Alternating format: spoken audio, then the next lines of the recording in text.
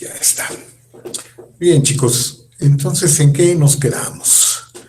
Bueno, vimos algunos ejemplos donde verificamos nuestra versión del teorema de Stokes, ¿verdad? Y bueno, que en algunos casos puede que no se cumpla con lo que se llama el borde geométrico, ¿verdad? Entonces, esto de usar el borde inducido por una parametrización, el borde de una superficie inducido por una parametrización, como que es una buena opción, ¿no? Entonces, miren, más o menos para continuar con esto de el rotacional, en R3, de campos en R3, hay, así como el teorema de Green tiene una versión un poquito más general, ¿verdad? En donde, recuerden que el teorema de Green tomábamos regiones cuya frontera no solo constaba de una sola curva, ¿verdad? Sino que podía, la frontera de una región en R2 lo pudimos generalizar a regiones que su frontera fuera varias curvas, ¿no? Una como más general, una exterior, que rodeara a unas más pequeñas, ¿verdad? Y bueno, pues podemos hacer algo parecido con el teorema de Stokes, porque de alguna manera el teorema de Stokes es como la versión general, o la versión en R3 del teorema de Green, ¿verdad? Entonces, vamos a formular esta versión del teorema de Stokes, que es como un poquito más general, ¿no? ¿Y qué es lo que dice? ¿Qué es lo que dice esta versión un poquito más general del teorema de Stokes? Bueno, esto lo que dice es lo siguiente. Vamos a tomar, bueno, como siempre, S, una superficie, ¿no? En R3, parametrizada,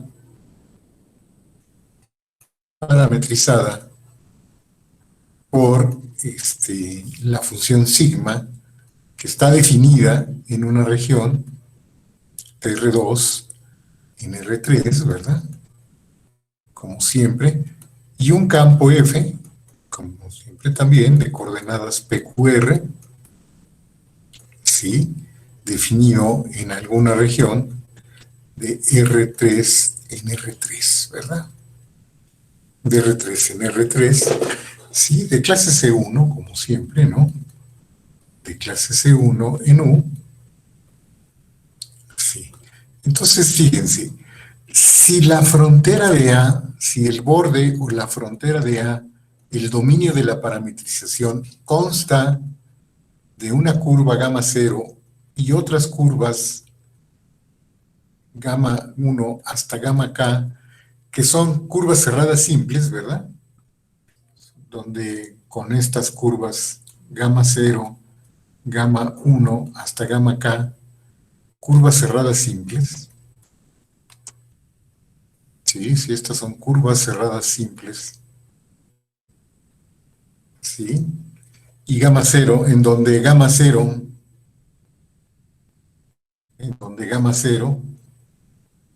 rodea, ¿no? O es la más exterior, rodea a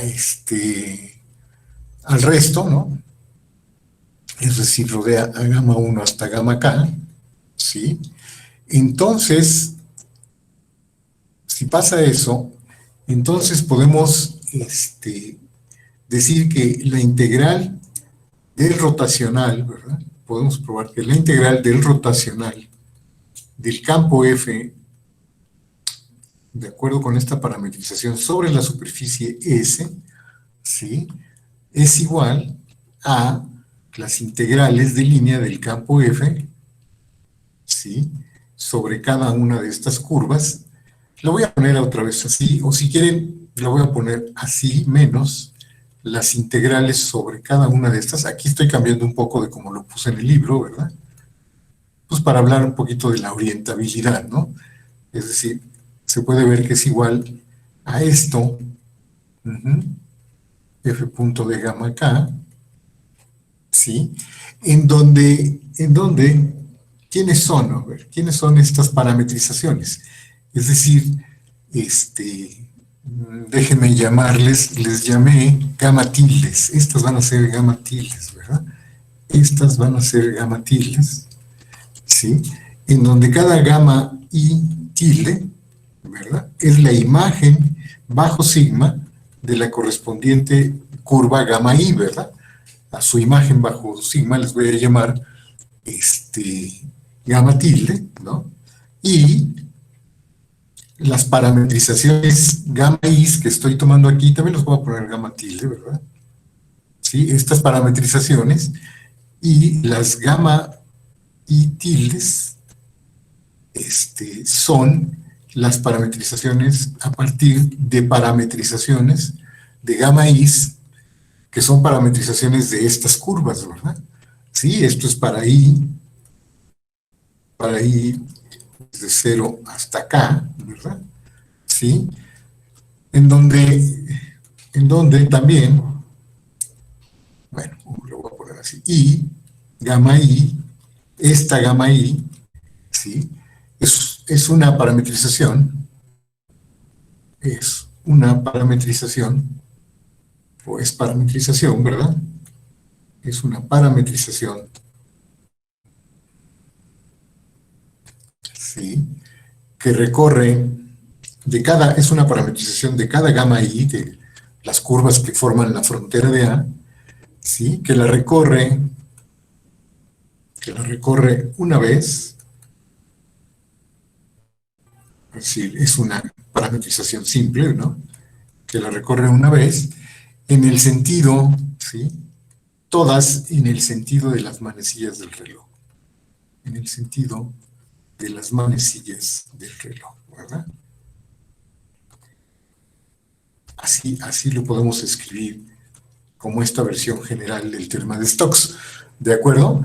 Aquí, como le puse el signo menos, puse que todas estas parametrizaciones, aquí también le voy a poner, es gamma tilde 0, ¿verdad? Sí, todas estas parametrizaciones están hechas en el sentido de las contrario, ¿verdad? En el sentido contrario, en el sentido positivo, contrario, ¿sí? En el sentido contrario de las manecillas del reloj, ¿verdad? ¿De acuerdo? Entonces, lo cambié. Si ustedes revisan en el libro, pues, si le pongo más, como lo dejé en el libro, ¿no? Si aquí le pusiera más, esta tiene que estar, la gamma 0 tiene que estar en el sentido contrario de las manecillas del reloj y todas las demás en el sentido horario, ¿verdad? Pero bueno, para que todas sean en el mismo sentido, para que todas las curvas gamma i estén parametrizadas en el mismo sentido, pues aquí le pongo un signo menos, ¿no? ¿De acuerdo? Ya sabemos que con el signo menos cambia, digamos, podemos pensar que están recorridas en sentido contrario. Sí, está bien. Esta es una versión más general del teorema de Stokes, ¿no? Es decir, podemos aplicarlo en regiones que, ¿cómo se ven? Bueno, pues se ven un poquito como las que se ve, como la que dibujé, ¿no? En el libro. Vamos a ver cuál es. Creo que es esta, ¿no? Figuritas de este estilo, ¿no? Es decir, si la superficie S está, es como esta es la superficie S, este es el dominio A, donde está parametrizado esta superficie S, ¿sí? Y bueno, pues estas curvas son parte de la frontera de A y nos llevan a algunos hoyitos o algunas curvas en la superficie S, ¿verdad? Y entonces, bueno, pues la integral del rotacional sobre esta superficie, pues son estas integrales de línea, como sucedía en el caso del teorema de Green. ¿Sí? ¿Sí está claro, más o menos? Está clarito más o menos cómo se puede hacer el teorema más general del teorema de Stokes, ¿verdad? Esta es la versión más general, ¿de acuerdo? Bueno, y por supuesto que la prueba, ¿no? Si quisiéramos hacer la prueba, se basaría en la prueba del teorema de Stokes en su versión, digo, del teorema de Green en su versión más general, ¿verdad? Entonces, bueno, pero esa pues ya la vamos a omitir, ¿verdad?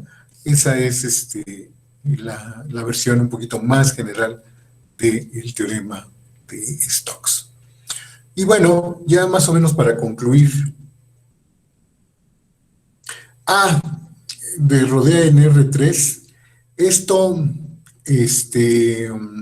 a ver, ¿a qué te refieres, Bruno? No, fíjate que a lo que me refiero son a las curvas en R2, ¿no? Estas curvas están en R2, ¿no? Entonces me refiero a gamma cero que rodea a gamma uno, que eso es un poco lo mismo que usamos en el caso del teorema de Green, ¿no? Hablábamos como de la curva más exterior, ¿verdad? Sí, precisamente porque pues, está muy complicado tratar de definir qué significa que una curva rodea a las otras en R3, ¿verdad? Si se fijan, todo lo hago en términos de las curvas en R2, ¿verdad? En donde pues, es un poquito más claro qué significa que la curva gamma cero rodee a todas las demás, ¿verdad? Es como la más exterior, ¿no? ¿De acuerdo? Sí, sí, ¿no? Entonces está dicho en términos de estas curvas, ¿verdad? Las curvas que forman la frontera de A, que es el dominio de la parametrización sigma, ¿no? ¿De acuerdo? Sí, está claro. Porque precisamente eso de que en R3 una curva rodea a las otras, pues está muy complicado precisar eso, ¿verdad? ¿Qué significaría eso, no? Pero bueno, la idea es que se vea un poquito como esto, ¿no? ¿De acuerdo? Pero claro, ¿no? Si esta superficie se dobla, ¿sí? Supónganse que la doblan y la ponen así más chiquita, ¿no? Pues, ¿cómo está eso de que lo rodea, ¿no? Es decir, es como si tomaran, por ejemplo, una esfera, ¿no? Y le hicieran unos hoyitos, ¿no? Y le pusieran unos hoyitos aquí, y entonces, pues dirían, ¿cuál rodea a cuál, ¿no? ¿Quién es la que rodea a quién, ¿no? ¿Verdad? Estaría muy difícil decir, por ejemplo, que esta rodea a las otras dos, ¿no? En general, en realidad, sobre esta esfera, pues estaría difícil decir cuál rodea a cuál, ¿verdad? ¿De acuerdo? Sí, está bien. Pero bueno, a lo mejor podemos dar una parametrización que sí, una de estas viene de una más grande, ¿verdad? ¿De acuerdo? Sí, está claro. Entonces, bueno, pues vamos a ver, les digo, pues este es el teorema de Green, digo, perdón, el teorema de Stokes en su versión más general, ¿verdad? En realidad, lo que está diciendo, fíjense, por ejemplo, otro ejemplo sería un cilindro sin tapas, ¿no? Un cilindro sin tapas, pues de alguna manera también pues tiene dos curvas, ¿verdad? Tiene dos curvas y bueno, eh, de hecho esta versión del teorema de Stokes, si tomo una parametrización simple, recuerden que el teorema de Stokes ya me decía, ¿verdad? Ya me decía que la integral del rotacional de un campo F, ¿no? Sobre una superficie S, ¿sí? Se podía ver como la integral del campo F, ¿sí? Sobre una curva gamma tilde, ¿no? Sobre el borde inducido, ¿no? Que se reduce si la parametrización gamma es simple, si esta parametrización sigma es simple, se reduce a la integral sobre el borde geométrico, ¿no? ¿De acuerdo? Entonces, y como si esta parametrización induce vectores normales hacia afuera del cilindro, recuerden que como decíamos que era la parametrización, de cómo se parametrizaban estas curvas, en qué dirección. Bueno, pues aquí decíamos, como esta circunferencia vista desde aquí, este es su sentido positivo, sentido antihorario, entonces esta circunferencia tiene que ir en este sentido y análogamente la de acá abajo en este, ¿no? Entonces, como que esta es la más exterior, ¿verdad? Porque vistas desde este vector normal son las que están recorridos en sentido antihorario, y como que esta es la que está rodeada por esta, ¿no? En términos del cilindro, aunque las dos se vean iguales, ¿no?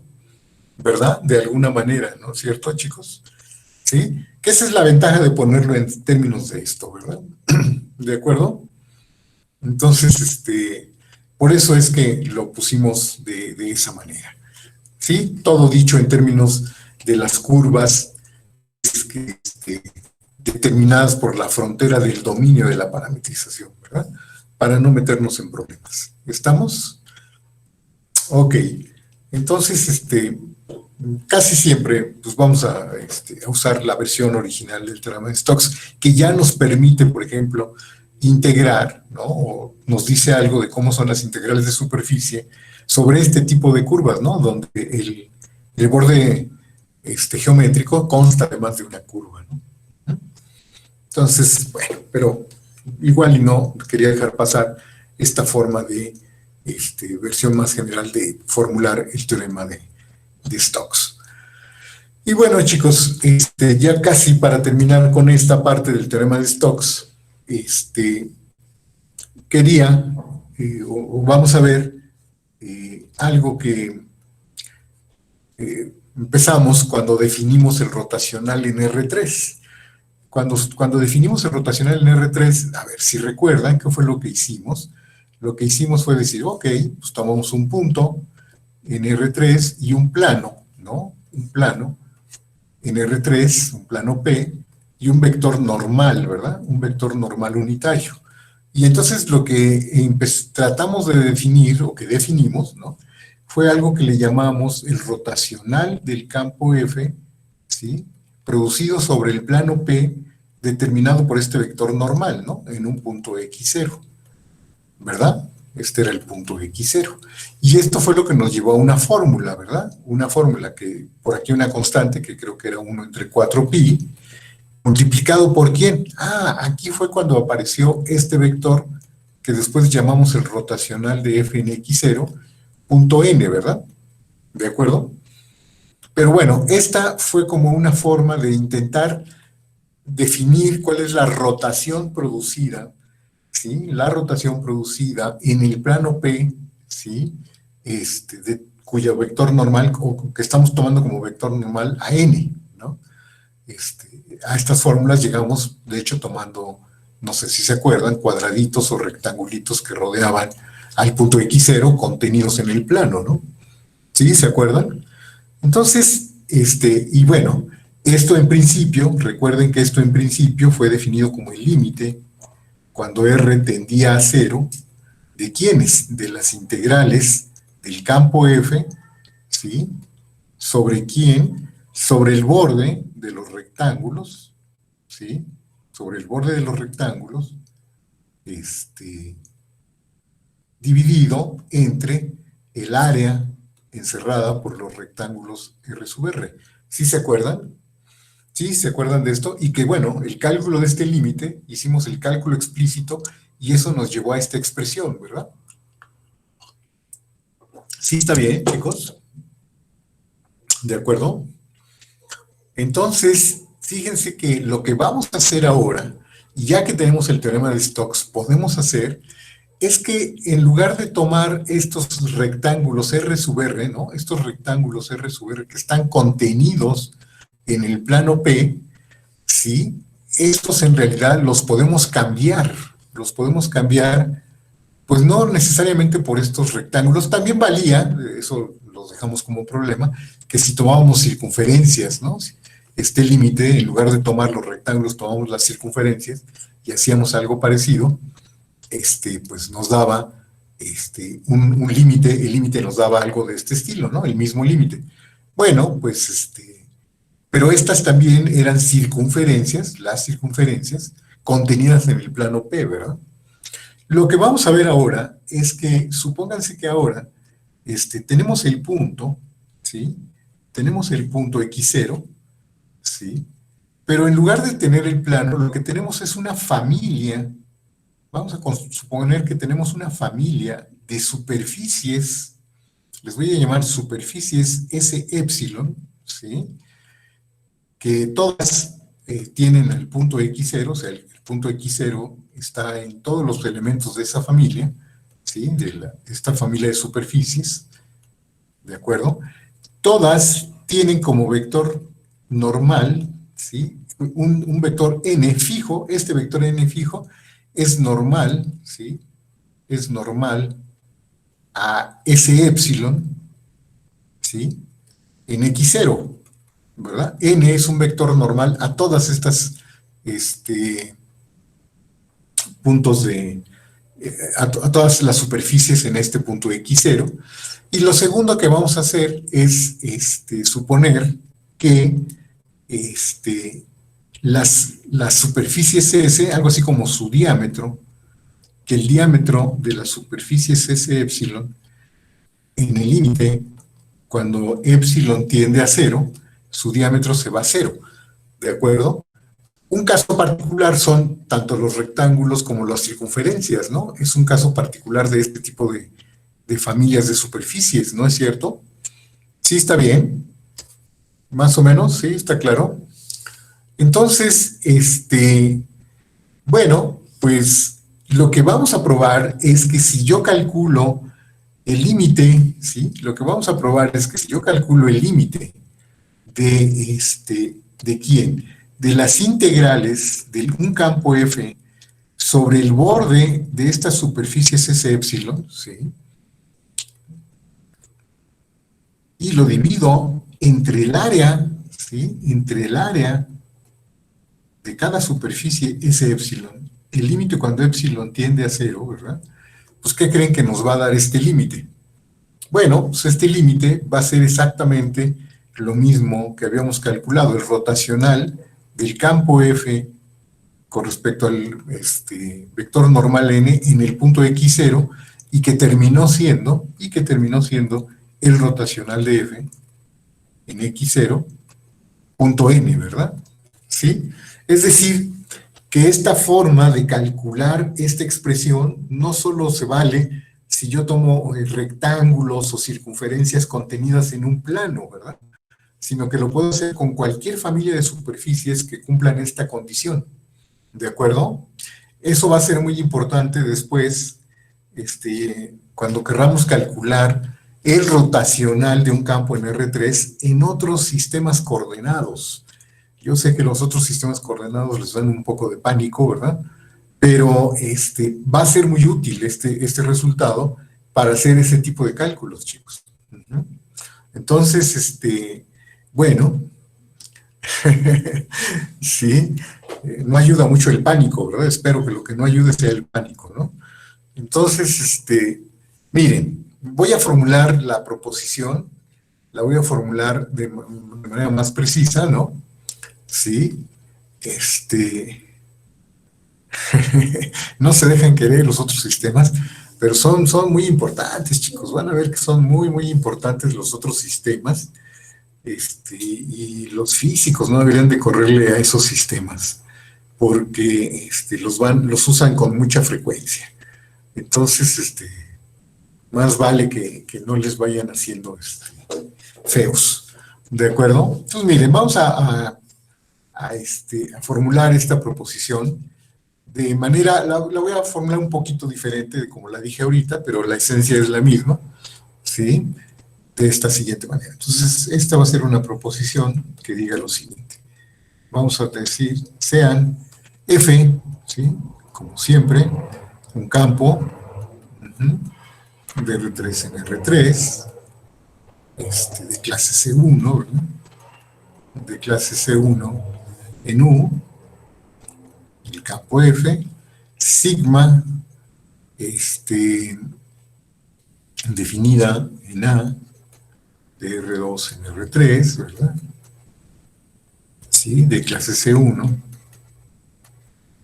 también, ¿verdad? Tal que, fíjense, aquí no estoy hablando de una superficie, nada más voy a hacer sigma, tal que sigma de A está contenido en U, ¿sí? Y voy a tomar un punto U0, B0 en el interior del dominio de la parametrización, ¿sí? Entonces, lo vamos a poner así, un punto tal que, ¿qué? Un punto que está en el interior tal que el vector normal inducido por sigma en este punto, ¿verdad? Lo voy a poner así, el vector normal inducido, evaluado en U0, B0, es un vector distinto de cero, ¿de acuerdo? Entonces, vamos a decir, sean también, ¿sí? Sea también,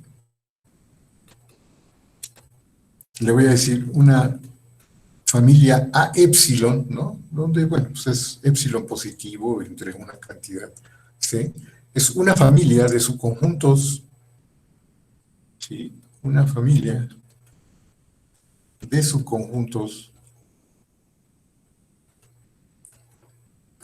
de conexos, van a ser subconjuntos conexos de A, tales que, ¿qué? Esta es la manera en la que me voy a referir a las superficies S épsilon, ¿sí? Tales que cumplan ¿qué cosa? Bueno, que todas tengan el punto U0, B0.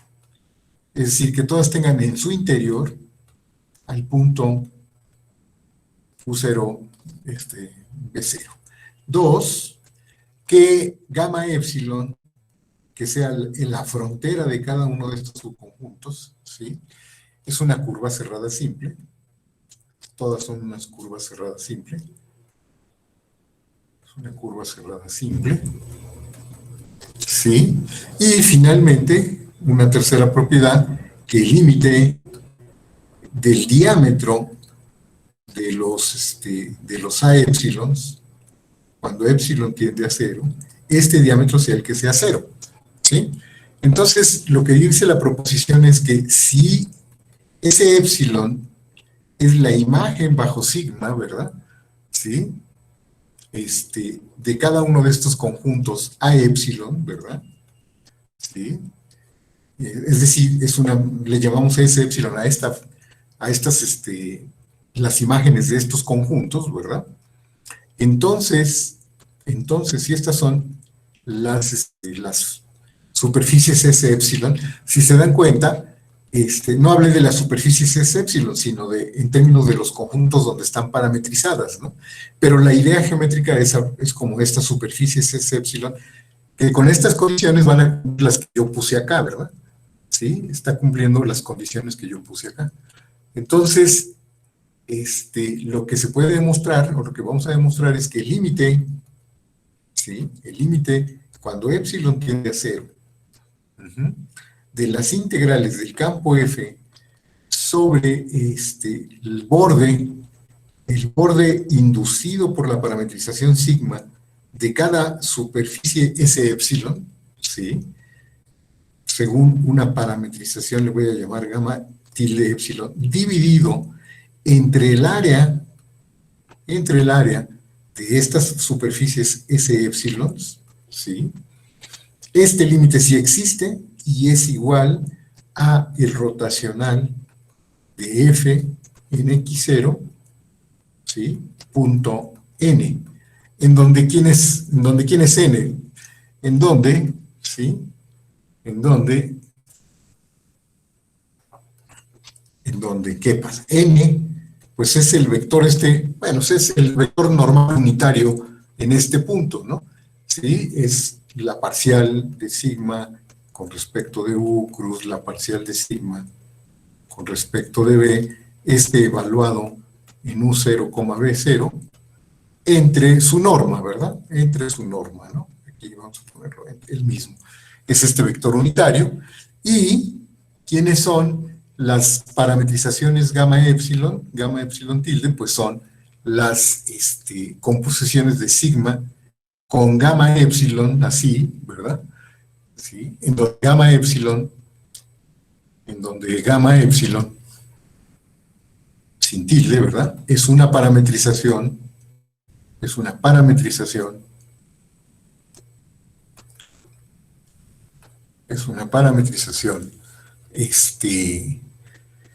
de la curva gamma épsilon, es decir, de este punto, ¿no? Que la recorre en sentido positivo, ¿verdad? En sentido antihorario. ¿De acuerdo? Que la recorre en sentido antihorario. ¿De acuerdo? Entonces, así es como se puede obtener el rotacional punto N, ¿verdad? ¿Sí? No necesitamos restringirnos a superficies que necesariamente estén en un plano, ¿verdad? En el plano normal N. Simplemente podemos tomar superficies, ¿verdad? Que todas comparten el mismo vector normal, ¿verdad? ¿De acuerdo? Y bueno, pues que cumplan las propiedades que dije acá arriba, ¿verdad? Básicamente son las propiedades que cumplen acá arriba, pero que todas estas propiedades se pueden decir en términos de la parametrización, ¿verdad? Todas las dije en términos de la parametrización y el dominio de sus parametrizaciones. Para no meterme en problemas, ¿verdad? Todas estas las puedo decir en términos de la parametrización sigma y del dominio de las parametrizaciones de cada pedacito, ¿no? De superficie. ¿Sí está claro, chicos?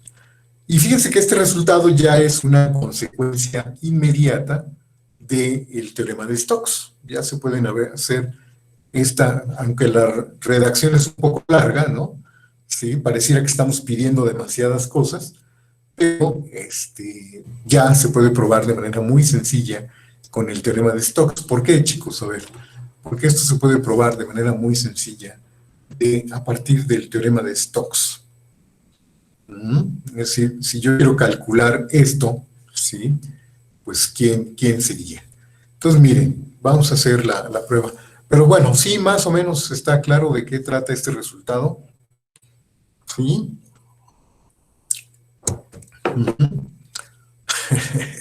Ok.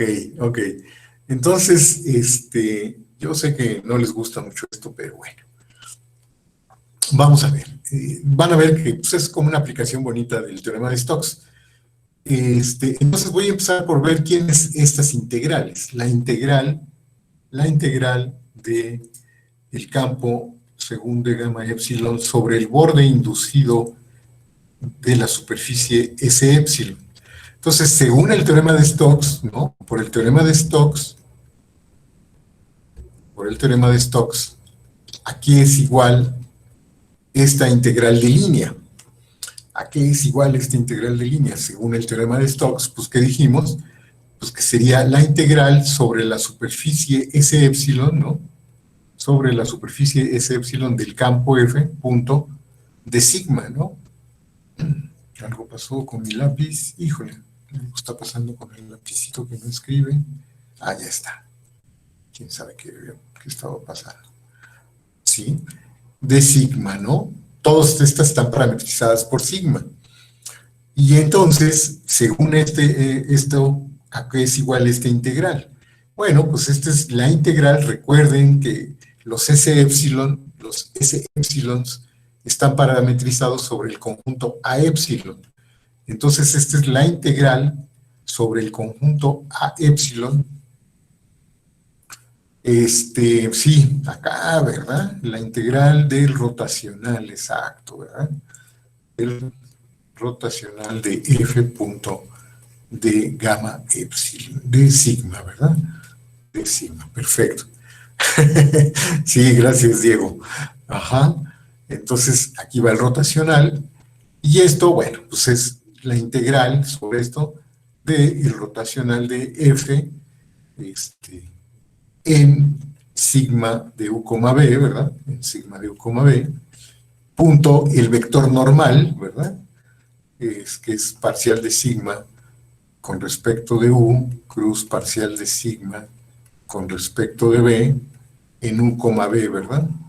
Y esta integral sería de U de B, ¿verdad? ¿De acuerdo? Pero bueno, esta se puede hacer igual a la integral sobre el conjunto A epsilon del rotacional de F evaluado en sigma de V, ¿verdad? Según la definición, punto. Y de una vez le voy a poner, porque lo voy a normalizar, puedo poner punto N, ¿verdad? Donde recuerden que N es este vector, ¿sí?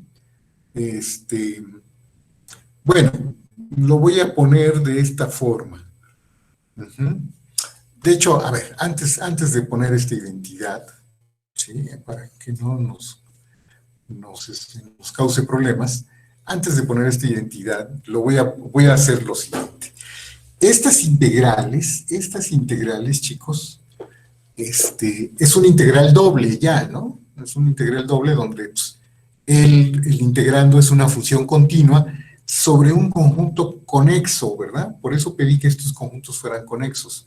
¿A qué es igual? Según el teorema del valor promedio, ¿sí? El teorema del valor promedio para las integrales, esto me diría que es igual a quién, chicos, que esta integral se puede ver como quién. Se puede ver como quién. A ver, ¿se acuerdan? Es a la función en un punto por la medida, ¿verdad? Por la medida de ese conjunto. Entonces, a ver, esto es la integral o la función, el rotacional de f en algún punto, le voy a llamar, ¿cómo le gustaría llamarlo? A ver, déjenme ver. Le voy a llamar un punto psi epsilon, ¿verdad? Porque pertenece, psi epsilon, efectivamente, ¿sí? Punto, esto, la parcial de sigma, con respecto de u, cruz la parcial de sigma, con respecto de b, en el mismo punto xi epsilon, donde el punto xi epsilon, esto multiplicado, todavía me falta multiplicarlo, ¿por quién? Por el área de a epsilon, ¿no es cierto? O la medida de a epsilon. ¿Estamos? ¿Sí? ¿Está claro? Entonces, fíjense, esto es de esa forma, ¿no? Entonces, donde recuerden que estoy suponiendo que el punto xi epsilon sería un punto en el conjunto a epsilon, ¿verdad? ¿De acuerdo? Ese es por un lado. Y por otro lado, el área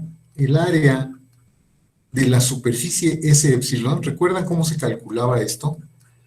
Esto se calculaba como la integral también sobre el conjunto A epsilon, ¿verdad? El dominio donde está parametrizada la superficie S epsilon. ¿De quién? De la norma de la parcial de sigma con respecto de U, cruz la parcial de sigma con respecto de B, de U de B, ¿verdad? Sí, está bien, ¿se acuerdan de esta fórmula, no? Del área de una superficie, ¿verdad? Parametrizada según sigma, ¿de acuerdo? Pero entonces esta área también la puedo calcular como ¿quién? También por el teorema del valor promedio. ¿A qué sería igual esto? También por el teorema del valor promedio, esto sería esta función, es decir, la norma, la parcial de sigma con respecto de U, cruz la parcial de sigma con respecto de B, en algún punto le voy a llamar eta epsilon, ¿sí? Multiplicado también por ¿quién? Por el área de a epsilon, ¿no es cierto? Sí, está bien, también aplicándole el teorema del valor promedio, ¿sí? También a esta integral, ¿verdad? Aquí estoy aplicando el teorema del valor promedio a ambas integrales sobre a epsilon. ¿Estamos, chicos?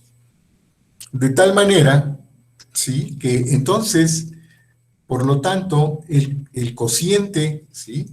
El cociente de la integral de f punto de sigma sobre la superficie S epsilon, ¿verdad? O el borde, mejor dicho, el borde inducido de la superficie S epsilon entre el área de la superficie S epsilon, cuando haga yo el cociente, ¿qué me queda, chicos? ¿Qué me queda cuando haga yo el cociente? O sea, estoy dividiendo esta integral entre este número, que es dividir esto entre esto que está aquí, ¿verdad? Entre esto que está aquí. Y entonces, ¿qué me va a quedar, chicos? ¿Qué me va a quedar? Bueno, si se dan cuenta, las áreas de los conjuntos A epsilon se cancelan, ¿no? Las áreas se cancelan y esto simplemente me queda, ¿quién? Me queda el rotacional del campo F en el punto, aquí me faltó, ¿verdad? En realidad debería ser sigma, ¿sí? Aquí debería ser sigma del punto psi epsilon, ¿verdad? Este debería ser sigma del punto psi epsilon, ¿sí? Punto vector parcial de sigma con respecto de U, cruz parcial de sigma con respecto de B, evaluado en el punto psi epsilon, dividido, ¿no? Dividido entre, ¿quién? Pues la norma de la parcial de sigma con respecto de U, cruz, la parcial de sigma con respecto de B, esto evaluado en el punto eta epsilon, ¿verdad? Donde recuerden que el punto eta epsilon, este punto eta epsilon, eta epsilon también está en el conjunto a epsilon, ¿verdad? Está en el conjunto a epsilon. De tal manera que en el límite, ¿no? El límite, cuando yo tome el límite, cuando epsilon tiende a 0 de este cociente, ¿sí? Sobre el borde inducido de la superficie S epsilon entre el área de la superficie S epsilon, pues es el límite de esta expresión. Pero ¿a dónde tiende esta expresión cuando epsilon tiende a 0? Estos puntos xi epsilon, ¿a dónde tienden? Tienden al punto x0, ¿verdad? Tienden al punto u0, digamos, tienden al punto u0, b0, ¿no? Tanto este como este, ¿verdad? Como el eta. El eta también tiende a este punto, ¿de acuerdo? Entonces, pues ya está, ¿no? Este es el rotacional, dado que son funciones continuas, ¿verdad? Es el rotacional de f en el punto sigma de u0, b0, que podemos decir que este era el punto x0, ¿verdad? Este era el punto x0. Punto, y aquí me va a quedar el vector n, ¿verdad? El vector n, ¿no? ¿Sí está bien, chicos? ¿Sí? Porque es precisamente esto evaluado en el punto u0, b0, ¿verdad? El vector normal dividido entre su norma, que fue lo que llamamos el vector n. ¿Sí está claro, chicos? Entonces, bueno, esto ya es una consecuencia muy facilita del teorema de Stokes, ¿verdad?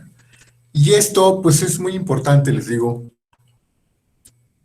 para efectos de cálculo de el rotacional en otros sistemas coordenados. Eso es muy importante, saber calcular el rotacional en otros sistemas coordenados.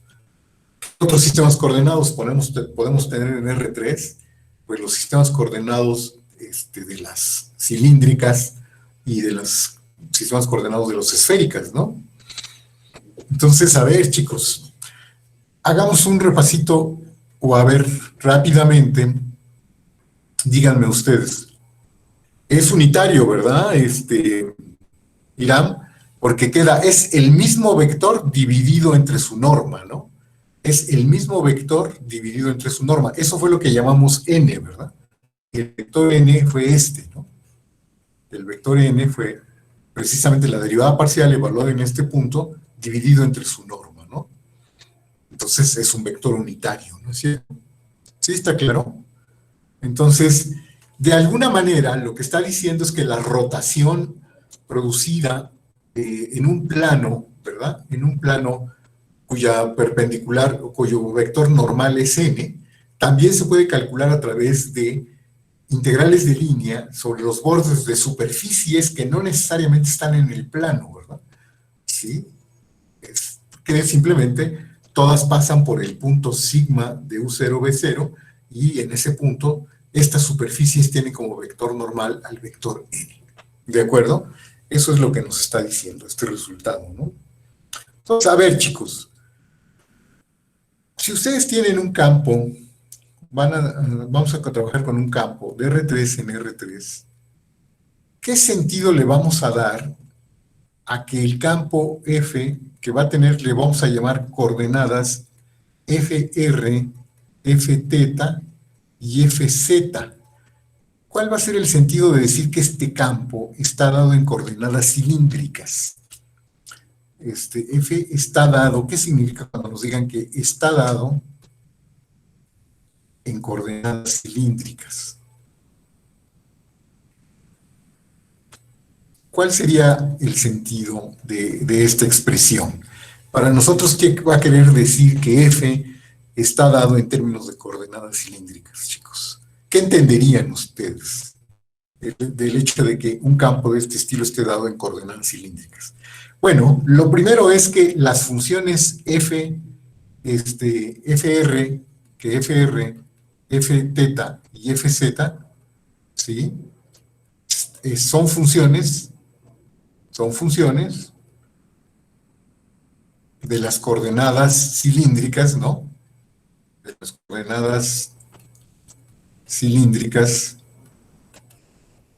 de cada punto, ¿no? De cada punto X, en U, ¿verdad? Es decir, estas funciones dependen de las coordenadas cilíndricas de cada punto. Ese es por un lado, pero por otro lado, esta terna de números, ¿sí? Estos representan qué tipo de coordenadas. A ver, tratando de hacer una analogía con lo que hicimos con las coordenadas polares, ¿qué dirían ustedes que esta terna de números que representa? Coordenadas cartesianas, ¿verdad? Sí va a representar coordenadas cartesianas, pero van a ser coordenadas cartesianas en un sistema coordenado que no es precisamente la base canónica de R3, ¿verdad? Es decir, en dirección de los vectores E1, E2, E3, ¿no? Sino que van a ser coordenadas cartesianas en un sistema ortonormal, ¿sí? Por supuesto que ortonormal, que va a ser un sistema ortonormal que va a cambiar con cada punto X, ¿verdad? ¿Y quién es ese sistema ortonormal que vamos a tomar en cada punto X? ¿Quién sería ese sistema? A ver, si yo tomo X, supóngase que tomo el punto X y este tiene coordenadas cilíndricas R, beta, Z, ¿sí? En cada uno de estos puntos, ¿sí? Voy a construir para cada punto X, voy a construir una terna de vectores, una terna que les voy a llamar, uno le voy a llamar ER de X, otro le voy a llamar E teta de X, y otro le voy a llamar EZ de X. ¿Y quiénes serían estos vectores? ¿Quiénes serían las coordenadas cartesianas en el sistema cartesiano, ¿cómo se llama? El básico de R3, ¿no? El canónico de R3. ¿Quiénes serían estos vectores? Estos vectores, las coordenadas de estos vectores en la base canónica, se pueden escribir justo en términos de las coordenadas cilíndricas. ¿Quiénes serían, chicos? A ver, ustedes me pueden decir quiénes serían estos vectores que voy a construir para cada punto. ¿Y por qué van a ser importantes estos vectores? Bueno, estos vectores van a ser una base ortonormal, ¿verdad? Debería ser en R3, ¿no, Diego?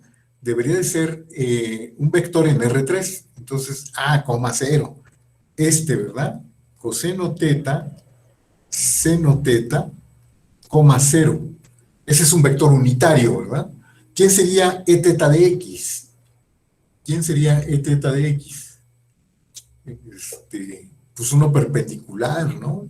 Esto es un poco como las polares. Recuerden que las cilíndricas se construyen casi en base a las polares, ¿verdad? Entonces, no sería el otro, no sería menos seno de teta, coma, coseno de teta, coma cero, ¿no? ¿Y quién sería E zeta de X? ¿Quién sería E zeta de X? ¿Quién es la coordenada Z cilíndrica? Sí, ¿verdad? Pues esa es la misma coordenada que usan las coordenadas cartesianas, ¿no? Entonces es esta terna de vectores, ¿verdad? Y esta terna de vectores en cada punto X forman una base ortonormal, ¿verdad? Esto es una base ortonormal, ¿no es cierto? Son una base ortonormal. Y entonces, cuando nos digan que f de x, sus funciones coordenadas son estas, ¿verdad? A lo que nos referimos es que el vector f de x se escribe así, ¿verdad? Como fr en x por el vector er de x más f teta de x por el vector e teta de x más fz de x por el vector ez de x. Que bueno, este vector en realidad siempre es el mismo, ¿verdad? No cambia con x, es el único que no cambia con x, ¿verdad? Siempre es el mismo para toda x. Pero bueno, la voy a seguir usando como ez de x, ¿verdad? ¿Sí? Para enfatizar que estoy tomando una terna de vectores, una base ortonormal en cada punto x, ¿verdad? ¿De acuerdo? Entonces, estos son geométricamente, ¿verdad? Déjenme mostrarles geométricamente cómo se ve, ¿verdad? ¿Quiénes son? Pues miren, geométricamente son estos. A ver, déjenme ver. Esta es esta figura. Esta figurita, ¿verdad? Ujú. Esta es la idea geométrica de quiénes son estos vectores, ¿verdad? ¿Sí? En el punto X están este vector, que es este de aquí abajo, ¿verdad? Como el que tomábamos cuando las coordenadas polares. El E teta es su perpendicular en esta dirección y el EZ pues coincide con el vector E3, ¿verdad? De la base canónica, el 0, 0, 1. Pero esta base trasladada a este punto, ¿verdad? ¿De acuerdo? Sí, está claro. Estos son el significado, ¿verdad? El significado de que este campo esté dado en coordenadas cilíndricas.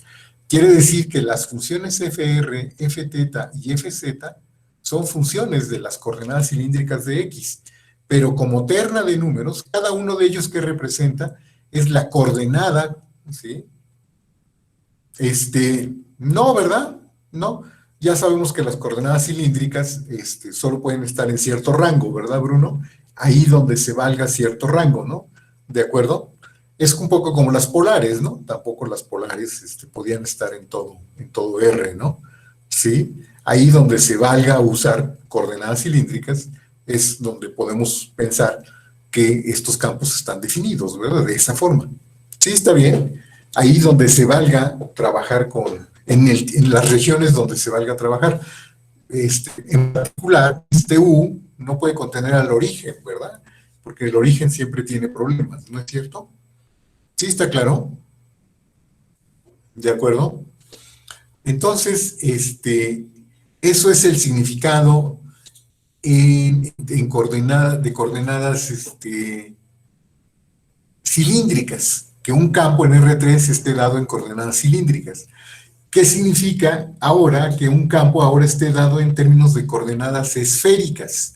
Es decir, cuando nos digan que F está dado en coordenadas esféricas, vamos a decir que tiene tres funciones componentes. Una le vamos a llamar F-ρ, otra le vamos a llamar F-θ y otra le vamos a llamar F sub phi. ¿Sí? ¿Y qué es lo que va a decir? ¿Qué significa que este campo esté dado en términos de coordenadas esféricas? Bueno, que las funciones estas son funciones de las coordenadas esféricas, ¿verdad? Es decir, dependen, cada una de ellas, ¿no? F-ρ, dependen de ρ, θ, phi, ¿verdad? Lo mismo las otras. Pero ¿qué significa esta terna? Esta terna de vectores que representa, esta terna de números que representa. ¿Qué va a representar? También va a representar coordenadas cartesianas, ¿verdad? Pero también son coordenadas cartesianas en un sistema ortonormal que también va a depender de cada X, ¿verdad? Ahora aquí vamos a hablar de tres vectores que les vamos a llamar, para cada X le vamos a llamar ρ de X, θ de X y phi de X. ¿Y quiénes serían estos vectores? ¿Alguien me podría decir quiénes serían las coordenadas de estos vectores en la base canónica? ¿Quiénes serían estos vectores que forman una terna? ¿Cómo ven, chicos? ¿Quiénes serían estos vectores? ¿Cómo los calcularían? ¿Quiénes serían? ¿Alguien se da una idea de quiénes serían? Es error, ¿sí? Error va a ser como en la misma dirección. De hecho, bueno, pues, a ver, creo que entonces voy a poner la figura antes de poner vamos a poner esta figura para darnos una idea, ¿verdad? Para darnos una idea de quiénes serían. Esta sería, yo quiero que ahora el vector ρ sea exactamente el vector unitario que está en la dirección del vector X, ¿verdad? Como este que está aquí. Este que está aquí, ¿verdad? Este debería ser el vector ρ, ¿verdad? ¿Sí? Unitario. De alguna manera, entonces va a ser como coseno teta, seno phi, seno teta, seno phi, coseno phi, ¿verdad? Que esas son como la transformación, ¿no? Esas son las coordenadas cartesianas, ¿no? Del punto X, ¿verdad? Si el punto X tiene coordenadas, si el punto X tiene coordenadas rho, teta, phi, sus coordenadas cartesianas, ¿quiénes son? Sus coordenadas cartesianas de este punto, ¿quiénes son?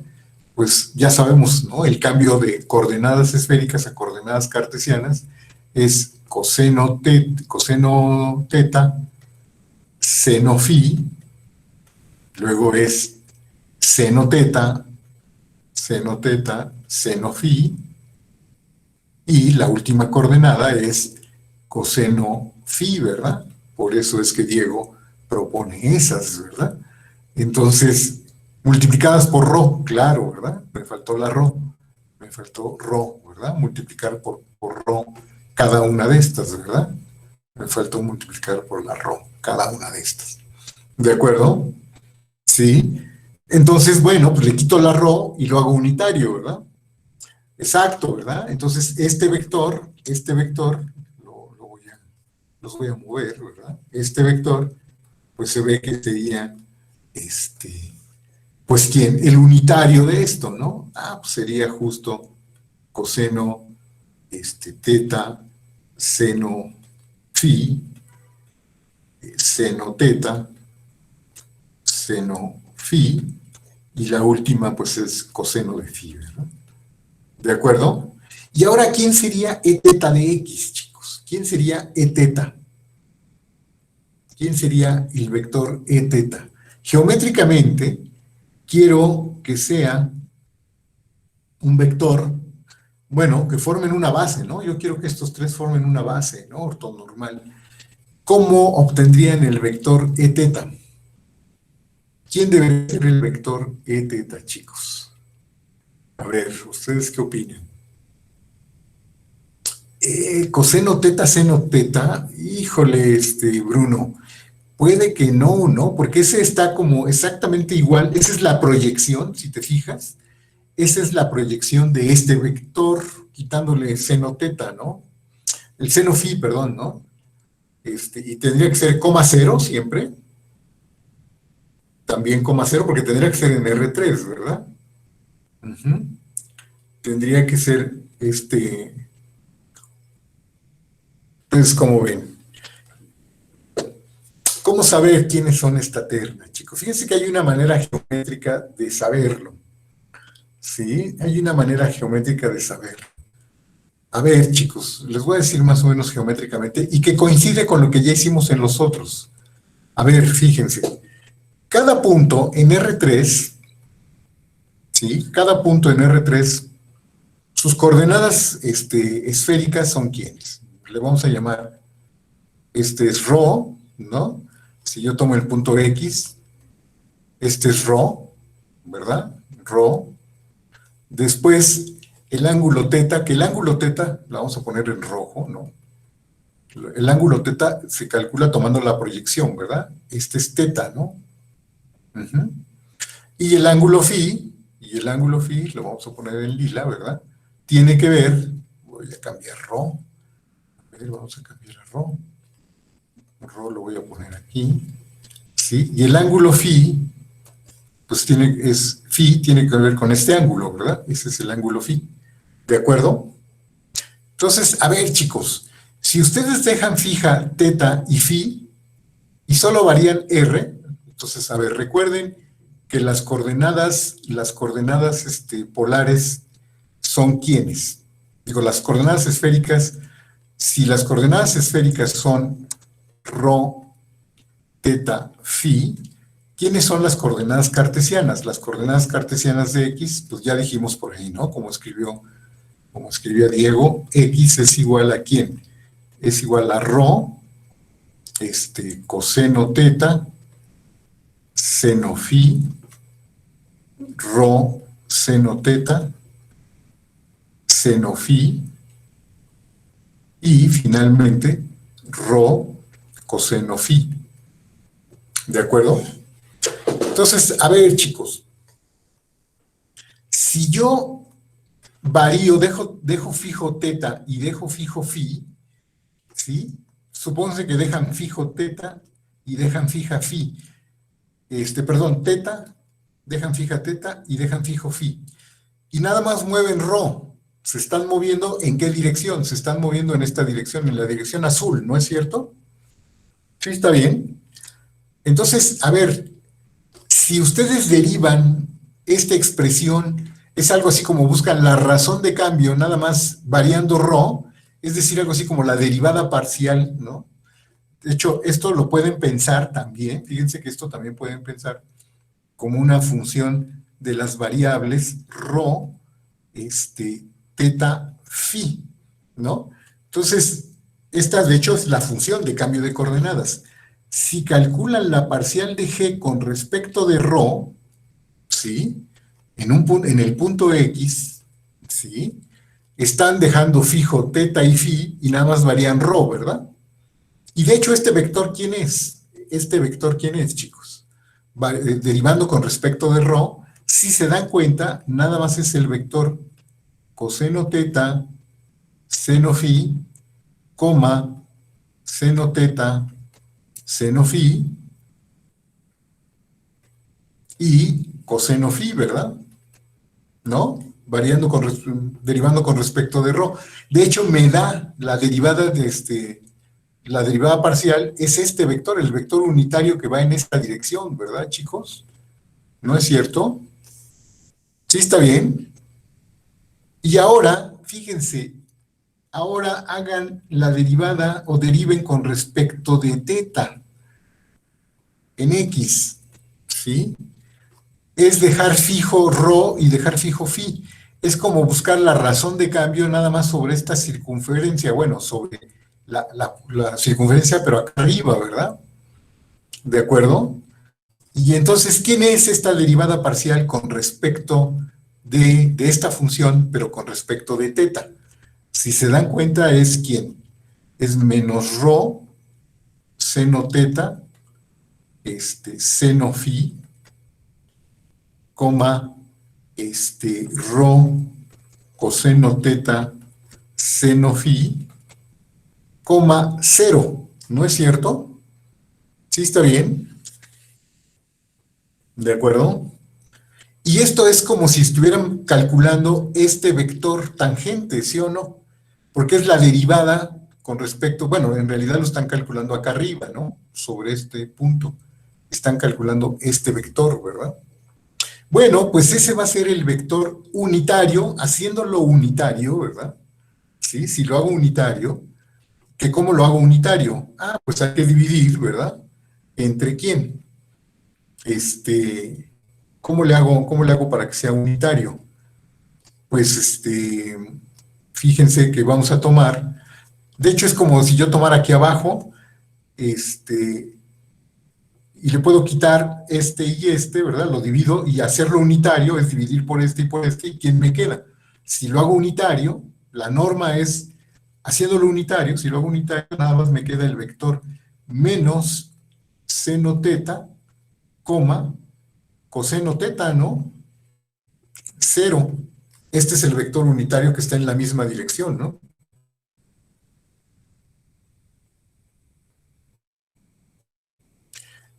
No, esta función la estoy viendo como función de las variables ρ, teta y phi, ¿no, Bruno? ¿De acuerdo? Es la función de cambio de coordenadas, nada más, ¿verdad? Sí. No, no, digamos, no aparece, son las coordenadas esféricas del punto X, ¿no? Simplemente, ¿verdad? Esta es la función de cambio de coordenadas, ¿no? Bruno,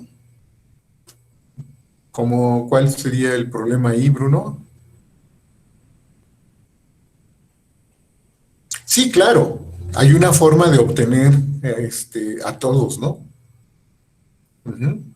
Rho, claro que sí, pero si yo solo pienso en la función de cambio de coordenadas, solo piensa en la función de cambio de coordenadas, ¿verdad?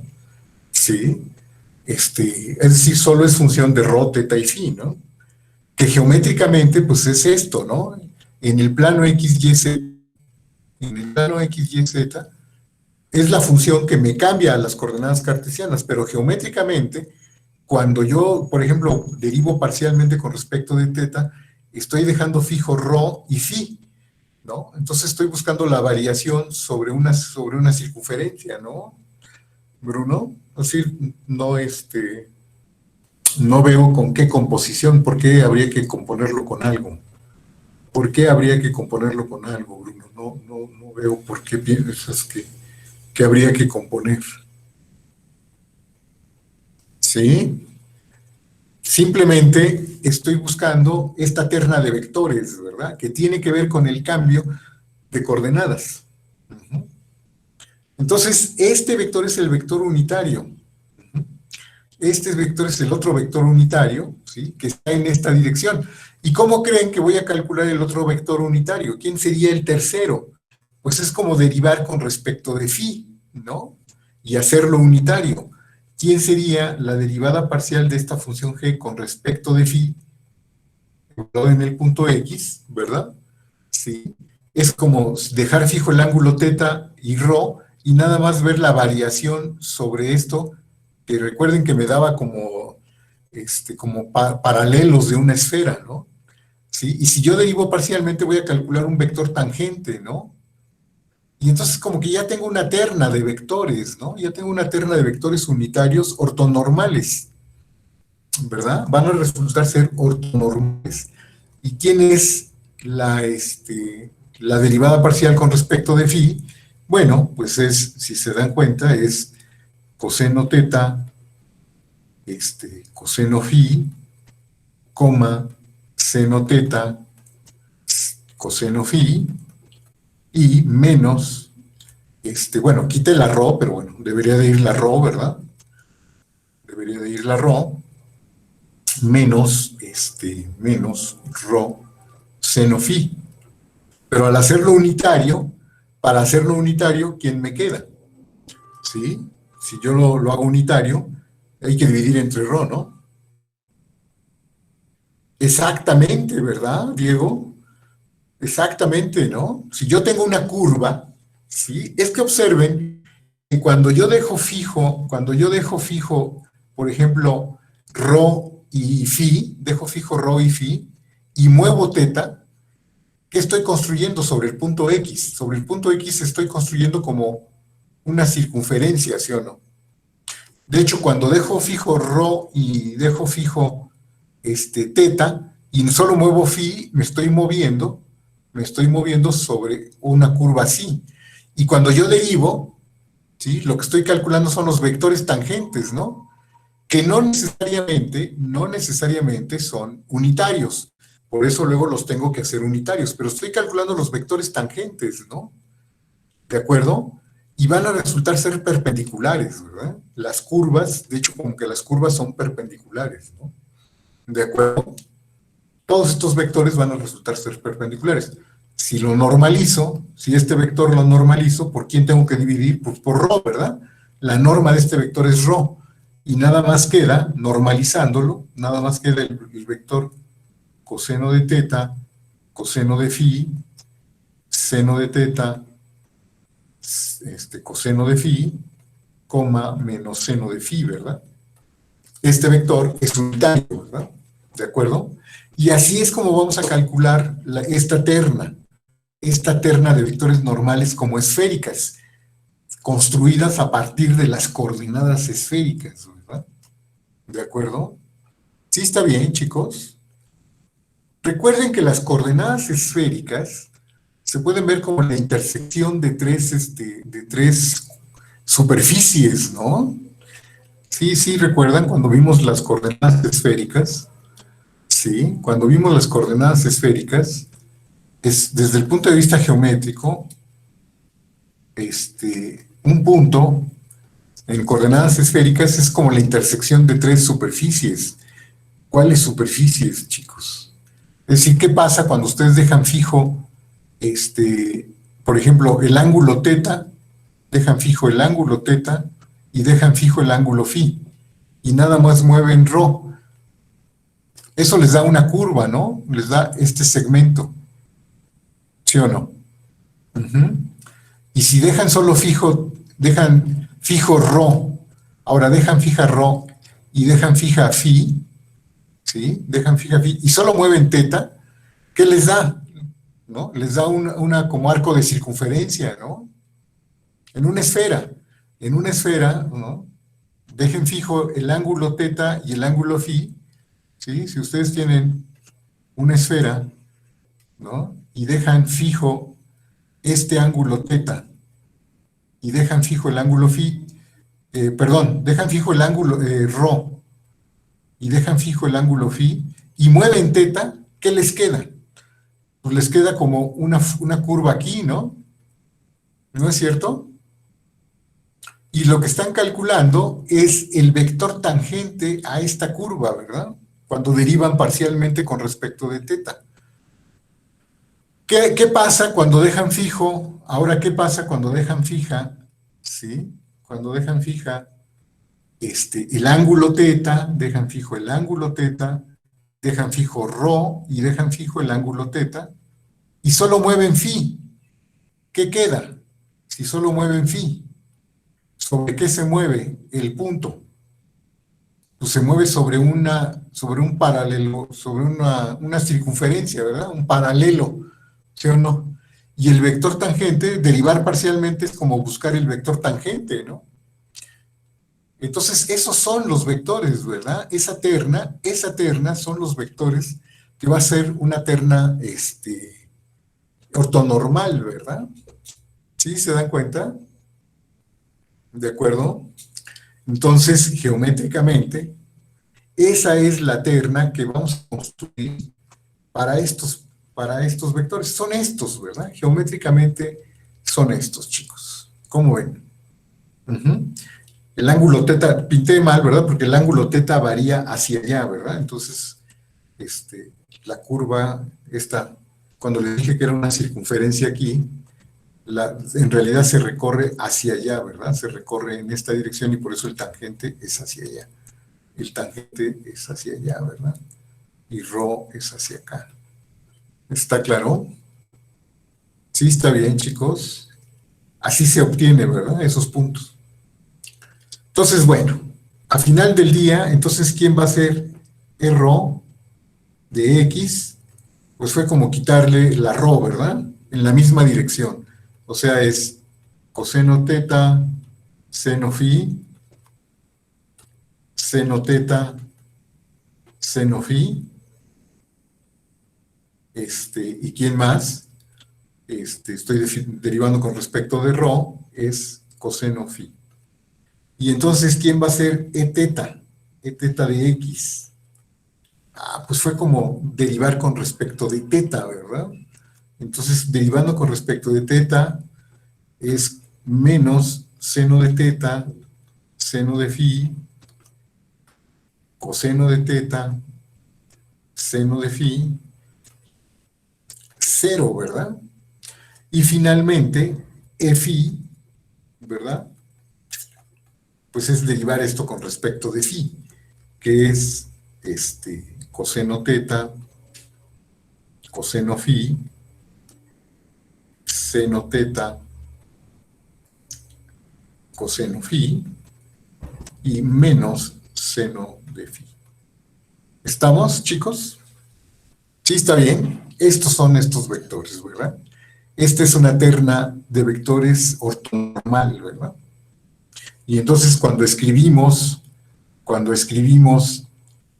que f, ¿sí?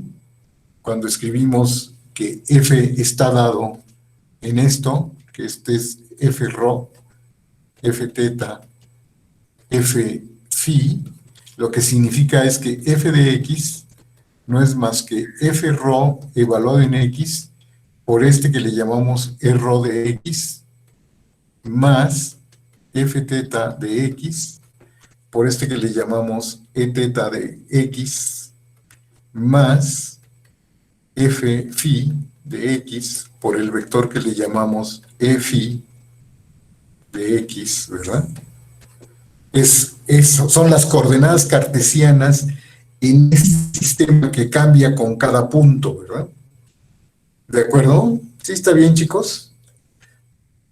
Y bueno, ahora, entonces, ya que nos pusimos de acuerdo, ¿no? Ya que nos pusimos de acuerdo qué significa estas cosas, pues ahora la pregunta es, ¿cómo calcularían ustedes el rotacional de F Si F está dado...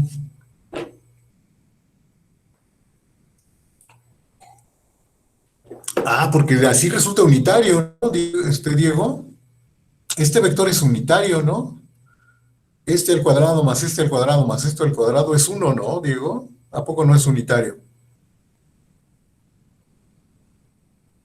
Ah, el de en medio. Ah, sí, tienes razón, perdón, aquí me equivoqué, ¿verdad? No lo hice unitario, nomás le quité rho, pero para hacerlo unitario hay que quitar el seno de phi, ¿verdad? Para hacerlo unitario hay que quitar el seno de phi. Tienes razón, Diego, efectivamente. Este es, hay que hacerlo unitario, ¿verdad? Sí. De hecho, tenía rho y seno de phi, ¿verdad? Que fue lo que hice acá, ¿no? Cuando hice las derivadas parciales con respecto de teta. Para hacerlo unitario hay que dividir por la norma, y la norma era rho seno de teta, ¿verdad? ¿De acuerdo? Seno de phi, perdón, la norma era rho seno de phi, entonces, sí, ¿verdad? Hay que dividirlo, es este vector, ¿verdad? Sí, tienes razón, Diego. Uh-huh. ¿De acuerdo? El que había puesto no era unitario, ¿verdad? Nada más quedaba seno de phi. ¿Estamos? ¿De acuerdo? Pero a ver, chicos, entonces, a ver, cuando ustedes les dicen, a ver, yo quisiera que me dieras, te doy un campo que está en coordenadas, suponte que el campo está dado en coordenadas esféricas. Y yo te digo, a ver, calcúlame el rotacional de F en un punto X. ¿Cómo le harían? ¿Cómo le harían para decir, ok, yo te doy, te voy a dar el rotacional? Pero la primera pregunta es, recuerden que el rotacional en R3 es un vector, ¿no? El rotacional es un vector. Entonces, cuando lo quieren calcular, pues tendrían que dar 3 coordenadas, ¿no? ¿Y a qué coordenadas se referirían ustedes? Es decir, ¿qué coordenadas darían aquí? O este vector, estas coordenadas serían las coordenadas del vector rotacional, ¿en qué sistema coordenado? ¿En qué sistema coordenado tendrían que darlo? ¿O podrían darlo? ¿Cómo lo darían? En el esférico, ¿verdad? De hecho, lo que se puede calcular muy fácilmente y lo que se le conoce como el rotacional en coordenadas esféricas es tratar de encontrar quiénes son las coordenadas, ¿sí? Justo, de hecho, quiénes son las coordenadas de este vector en la terna, es decir, qué escalares hay que tomar aquí para que esto sea rho de x más quién por e teta de x más quién debería ser el otro, fi de x. Esos son los que se suelen calcular, ¿verdad? ¿Quiénes son estas componentes? ¿Verdad? ¿Sí? Más que en el sistema coordenado esférico, es lo que se puede encontrar y lo que casi siempre se calcula, es quiénes son las coordenadas de este vector en esta base ortonormal, en la base ortonormal formada por rho, e teta y fi. ¿De acuerdo? Eso es lo que se suele dar, ¿no? Ese es el cálculo, lo que si ustedes buscan en un libro, ¿sí? Y preguntan o buscan quiénes son la expresión del rotacional en coordenadas esféricas, les van a dar una terna de números, y esa terna de números, ¿sí? Lo que representan en realidad son las coordenadas del vector rotacional en este sistema coordenado, no en el canónico de R3, sino quiénes son las coordenadas en esta base, ¿de acuerdo? En la misma base en la que se supone que está dado cada punto f de x, ¿de acuerdo? Ese es el que siempre se calcula. Uh-huh. Y ya, si ustedes quisieran saber cuáles son las coordenadas del rotacional en el sistema cartesiano canónico, pues habría que hacer un cambio de coordenadas, ¿verdad? Pero las expresiones que ustedes van a encontrar, ¿sí? Lo que les van a dar son esto, ¿de acuerdo? ¿Sí está bien, chicos? Eso, y casi nunca se los dicen en los libros, ¿verdad? Pero eso es lo que les van a dar, ¿sí? ¿Quiénes son las coordenadas de este vector en este sistema coordenado? Y si cambian de X, pues están cambiando el sistema coordenado donde están expresando al rotacional de F.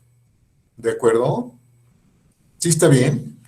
Y precisamente, fíjense que, ok, y si yo quisiera saber quiénes son estas coordenadas, observen que esta coordenada, ¿no?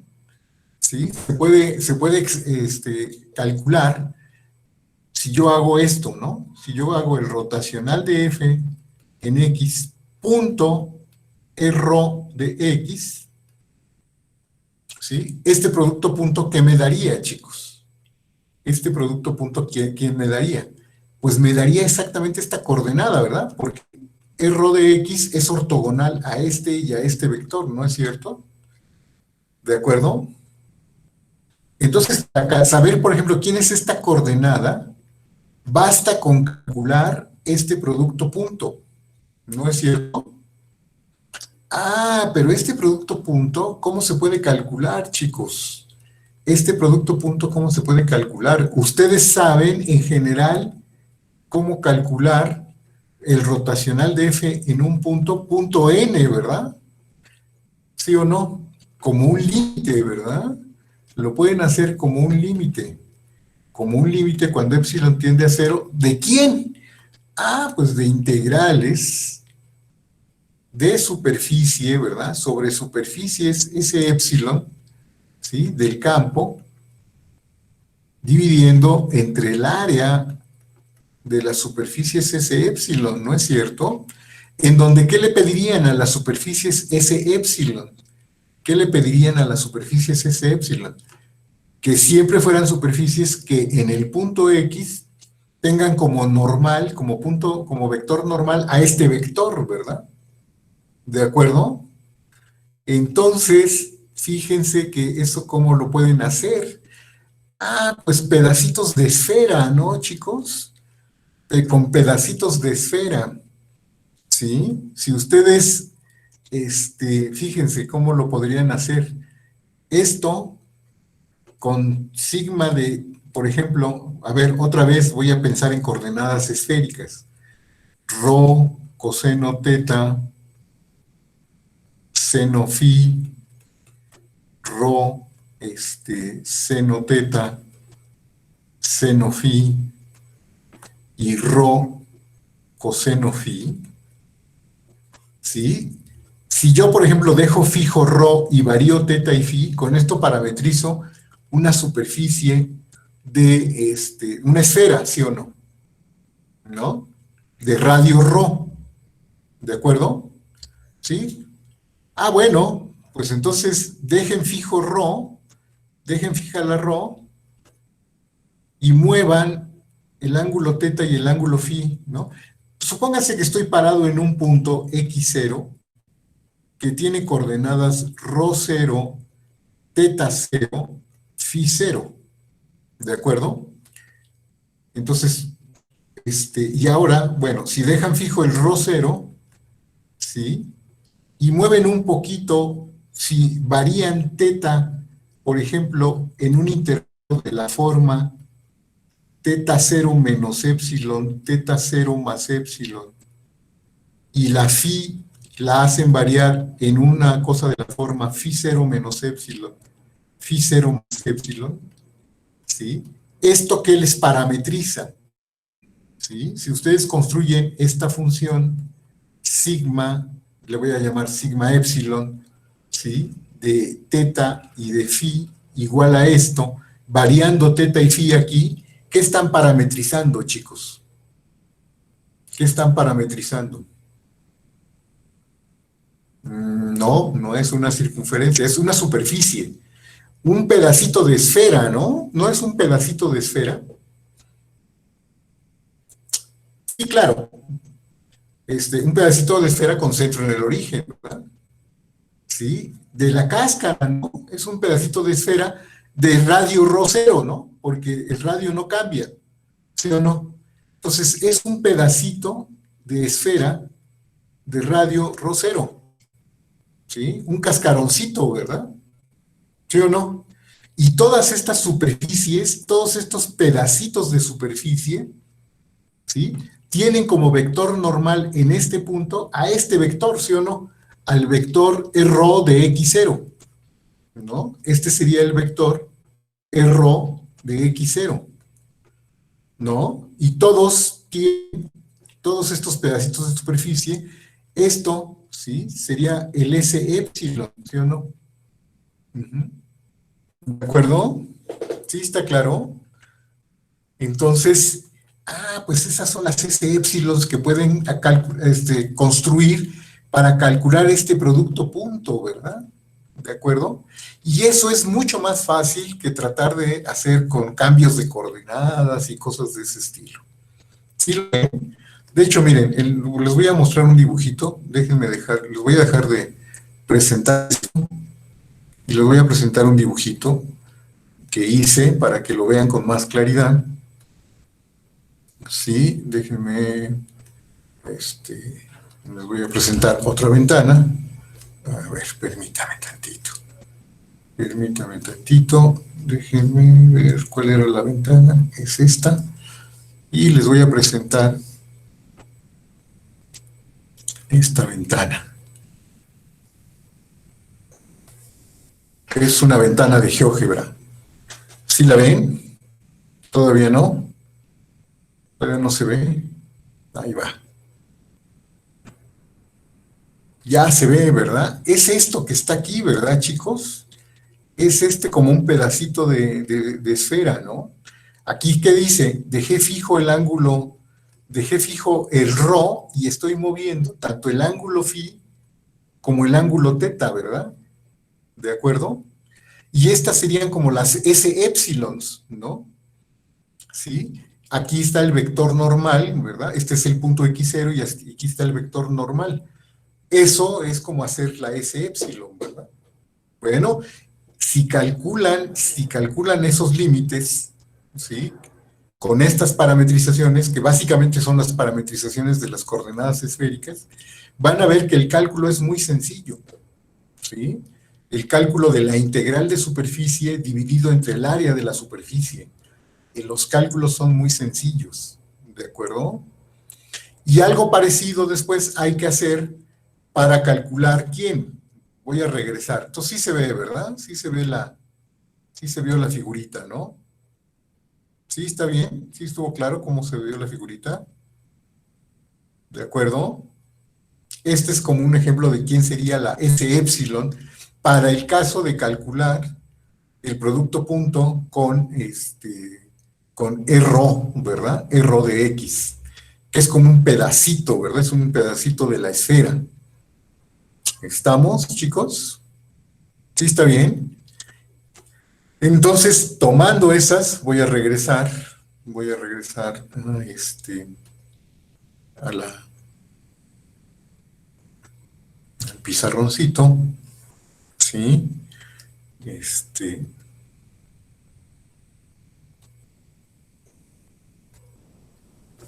Ujú.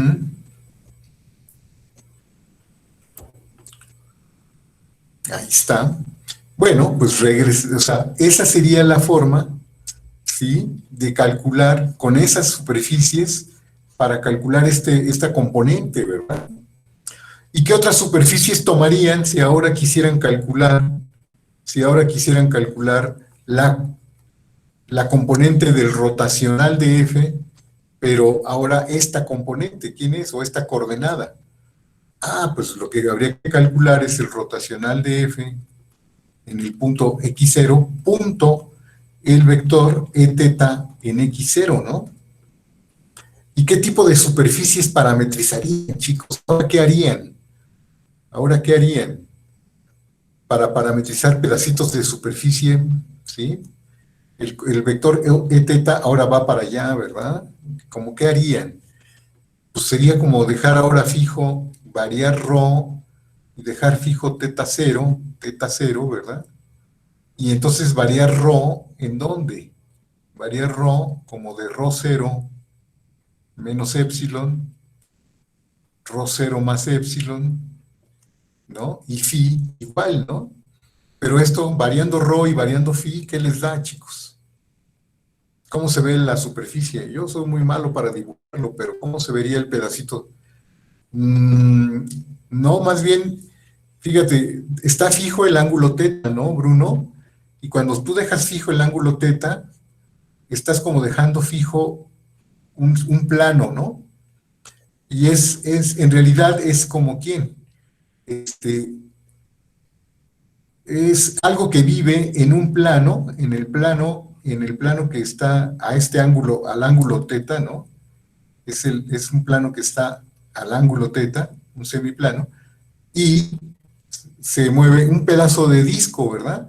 Se mueve la ρ y se mueve la φ, ¿verdad? Pero esta superficie vive en este plano, ¿verdad? En el plano que está a un ángulo fijo, ¿no es cierto? ¿Sí? Esta superficie sí vive en este plano, es el plano que está al ángulo fijo teta cero, ¿sí o no? ¿Verdad? ¿Sí lo ven? Sí, que es como un pedazo de anillo, ¿verdad? Se están moviendo ahí sobre un pedazo de anillo. Y el otro, finalmente el otro, si ustedes quisieran ahora calcular la otra coordenada, habría que calcular el IFI en X0, ¿verdad? Este producto punto. ¿Y para esos qué harían? Bueno, pues harían algo parecido a eso, ¿verdad? Pero ahora dejarían fijo phi, ¿no? Dejarían fijo phi cero y este phi cero y moverían rho, ¿no? Moverían rho y teta, ¿no? Rho y luego teta, ¿no? Lo variarían, teta lo variarían entre quién y quién. Pues de teta cero, ¿no? Otro pedacito de disco, ¿verdad? Como otro pedacito de disco, pero ahora se mueve sobre, ¿sí? Ahora se mueve sobre quién. ¿Cómo se mueve? Se mueve? Ahora se mueve como en un pedazo cuando ustedes dejan fijo el ángulo phi, cuando ustedes dejan fijo el ángulo phi, este es el ángulo phi, ¿qué les genera? Cuando ustedes dejan fijo el ángulo phi y mueven lo demás, mueven la teta y mueven rho, ¿sí? No es un cono, porque el ángulo phi se queda fijo, ¿no? Entonces, lo que están haciendo es como un pedacito de cono, ¿no? Están tomando pedacitos de superficie contenidos en el cono, ¿no? No es un cono, Fernando, cuando tú dejas fijo el ángulo phi, si tú dejas fijo el ángulo phi y mueves el ángulo teta y la rho, ¿qué te generan? ¿Qué te genera cuando tú dejas fijo el ángulo phi, ¿verdad? Y muevo rho, pues se queda esto, ¿verdad? Porque estás dejando phi el ángulo phi lo estás dejando fijo. Entonces, lo que están tomando, cuando mueven rho y mueven teta, lo que están tomando son pedacitos de superficie que ahora viven en el cono, ¿verdad? ¿Sí o no? ¿Verdad? Este tipo de cosas, este tipo de objetos, ¿no? Cuando mueven rho y teta, pero dejan fijo phi cero, estos pedacitos de superficie, ¿verdad? En donde ahora esto sería una función solo de rho y de teta, ¿verdad? Sí, porque phi cero está fijo. Estas cosas viven en un cono, ¿verdad? Viven en un cono, ¿no es cierto? ¿Sí está claro, chicos? Entonces los pedacitos, las superficies S épsilons se mueven en un cono, ¿verdad? En este caso. ¿Sí está claro, chicos? Y así podrían hacer los cálculos, bien bonitos, y no les van a salir tan complicados, ¿de acuerdo? Así que inténtenlos, chicos. Yo les hice un ejemplo de cómo calcular una coordenada del rotacional de F en el punto, la coordenada en la dirección del vector E rho, ¿no? Y si ustedes se fijan, los cálculos no son tan complicados. Nomás me llevó 2 paginitas, ¿no? Entonces van a ver, los cálculos no son tan complicados. Inténtenlo, chicos. A lo mejor no,